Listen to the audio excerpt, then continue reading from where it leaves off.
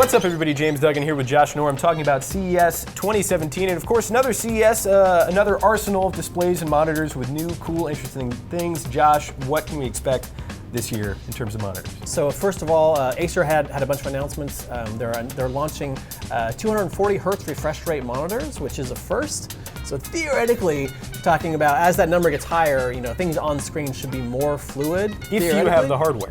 If you have the hardware, right. So I mean, you're going to be hard pressed to even be pushing a monitor like that. You're talking about, you're going to need to be at least over 150 frames a second or so. Let's talk about another completely different thing, and that is eye tracking, which is not track IR, which you had to have a wearable device on your headset or glasses or what have you that would track your head movement. This is actually tracking your eyes.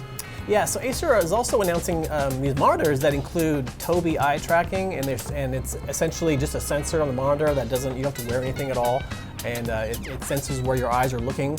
And theoretically, it's being marketed as interactive with games and apps that are pre-programmed to provide this sort of interaction. I'm not really sure what that interaction will look like, but it's going to be included in certain titles like Deus Ex: Mankind Divided.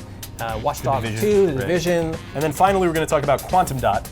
Explain what that is. So yeah, Samsung is kind of going after the gaming monitor market as well. Acer has sort of been kind of front and center for a long time, and it looks like Samsung kind of wants to take a chunk out of it. So they're announcing these Quantum Dot curved monitors for gaming, specifically for gaming. They're not just announcing them and going, oh yeah, they're good for gaming. They're specifically targeting them for gaming. They're basically, so the Quantum Dot is essentially a little teeny dot. They're between, I think they're 2 to 10 nanometers or something. They're tiny. They're absolutely tiny.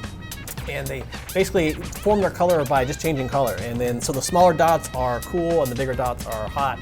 And they're able to really fine tune that color because it's individual. So they're able to basically have super good color, really, really bright. And they're just generally considered to be more accurate and more vivid than what we have now. That's very exciting. Well, for all things monitors and displays at CES 2017, you can keep it right here all this week on IGN.